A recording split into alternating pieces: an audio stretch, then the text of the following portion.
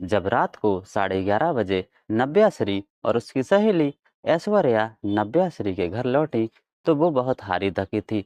तो इन्होंने क्या किया कि एक एक बियर पीकर ये दोनों रात में सो गईं।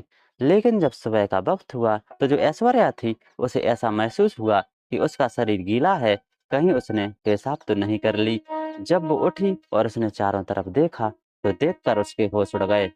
नमस्ते दोस्तों, स्वागत है आपका अपने यूट्यूब चैनल में। तो कैसे हैं आप सभी लोग? आशा करता हूँ आप सभी लोग बिल्कुल ठीक होंगे और स्वस्थ होंगे। ये जो मैं आप लोगों के लिए कहानी सुना रहा हूँ, ये कहानी है विश्व सरैया लेआउट बेंगलुरु की। क्या होता है, बेंगलुरु में रहने वाली नव्याश्री जो कि अभी मात्र 25 वर्ष की थी और वो एक फिल्म डांस इंस्ट्रक्टर थी। यानी जो फिल्मों में डांस होता है वो इंस्ट्रक्शन देती थी। उसकी हत्या हो गई है। हत्या की गुत्थी इस प्रकार से उलझी है कि पुलिस के भी समझ में नहीं आ रहा है। अब से लगभग 3 साल पहले नव्याश्री की लव मैरिज हुई और वो लव मैरिज करण नाम के लड़के से हुई थी। लव मैरिज के कुछ दिन बाद ही इन दोनों के बीच में झगड़ा चालू हो गया, खटपट चालू हो गई। जो करण था वो नव्याश्री पर शक करता था कि जो नव्याश्री है ना जाने और किसके संपर्क में है। जो नव्याश्री थी वो कहती थी कि मैं कोई गंदा काम नहीं कर रही हूँ। लेकिन जो उसका पति था किरण वो उस पर शक बार-बार करता था। अब 29 अगस्त 2024 में न्यूज़पेपर्स में एक खबर छपी कि जो नव्याश्री थी उनकी हत्या हो गई। अब सब लोग ये जानने की कोशिश कर रहे हैं कि नव्याश्री की हत्या कैसे और किसने कर दी। तो ये जानकारी दी नव्याश्री की सहेली जिसका नाम ऐश्वर्या था। ऐश्वर्या ने बताया कि मेरे पास नव्याश्री का फ़ोन आया। जो नव्याश्री थी वो बहुत डरी हुई थी। उसने ऐश्वर्या से कहा कि तुम मेरे घर आ जाओ। जब 4:30 बजे ऐश्वर्या नव्याश्री के घर पर पहुंची तो नव्याश्री ने बताया कि मुझे अपने पति का बहुत डर लग रहा है। तो जो ऐश्वर्या थी उसने ये समझाया कि तुम्हें ये बात पुलिस को बतानी चाहिए। तो जो नव्याश्री थी उसने कहा कि मुझे अपने एक दोस्त से मिलने चलना है, क्या तुम मेरे साथ चल सकती हो? जो ऐश्वर्या थी उसने हामी भर दी और ये दोनों निकल गए अनिल से मिलने। जो नव्याश्री थी उसने अनिल को भी यही बात बताई कि मेरे साथ क्या-क्या हो रहा है, मुझे मेरे पति का बहुत डर लग रहा है। तो अनिल ने भी बिल्कुल यही कहा कि तुम्हें इसके बारे में पुलिस को बताना चाहिए। तो ये बात करके नव्याश्री और उसकी सहेली अपने घर लौट आई और तब बजे थे रात के 11:30। ये लोग बहुत थकी हुई थी तो इन्होंने क्या किया कि एक-एक बियर पीकर ये दोनों सो गईं।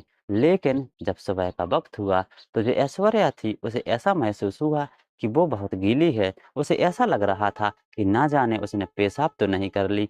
जब ऐश्वर्या ने उठकर चारों तरफ देखा तो उसे नव्याश्री की लाश पड़ी दिखाई दी। तो वो डर के मारे चिल्लाने लगी और घबरा गई। उसने तुरंत ही मोहल्ले वालों को इकट्ठा कर लिया और जब मोहल्ले वाले आ गए तो ऐश्वर्या ने तुरंत ही पुलिस को फ़ोन लगा दिया। जब पुलिस आई और पुलिस ने छानबीन शुरू की तो पुलिस ने पाया कि जो नव्याश्री थी उसकी लाश एक कुर्सी पर बंधी हुई थी। पहले तो नव्याश्री को बहुत मारा गया, पीटा गया, फिर उसका गला दबाकर हत्या कर दी गई। जो ऐश्वर्या थी वो सोती रही, उसे कुछ भी पता नहीं है और जो नव्याश्री थी उसका मर्डर हो गया। अब पुलिस ये मानने को बिल्कुल भी तैयार नहीं है कि एक सहेली बगल में सो रही है और एक सहेली की हत्या हो जाती है और इसे बिल्कुल भी पता नहीं चलता है। जो ऐश्वर्या है उसने जो-जो बताया है उस आधार पे पुलिस ने नव्याश्री के पति को अरेस्ट कर लिया है। लेकिन पुलिस ये भी सोच रही है कि जो नव्याश्री का पति है वो केवल नव्याश्री को मारने के लिए तो अंदर प्रवेश नहीं कर सकता, क्योंकि ऐश्वर्या ने ये भी बताया कि जो नव्याश्री का पति है उसके पास एक और चाबी थी जिसका यूज़ वो जब नव्याश्री घर पे नहीं रहती थी तो दरवाज़ा खोलने में करता था और शायद उसने ऐसा ही किया कि जब हम लोग सो रहे थे तो उसने दूसरी चाबी से दरवाज़ा खोला और नव्याश्री का मर्डर करके वहाँ से फरार हो गया।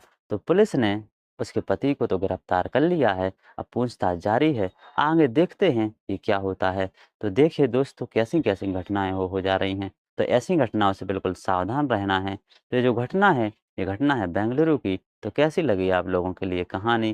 कहानी पसंद आई हो तो प्लीज़ हमारे चैनल को सब्सक्राइब कीजिए, वीडियो को शेयर कीजिए, लाइक कीजिए, कमेंट कीजिए और बेल आइकन को प्रेस ज़रूर कीजिए। धन्यवाद।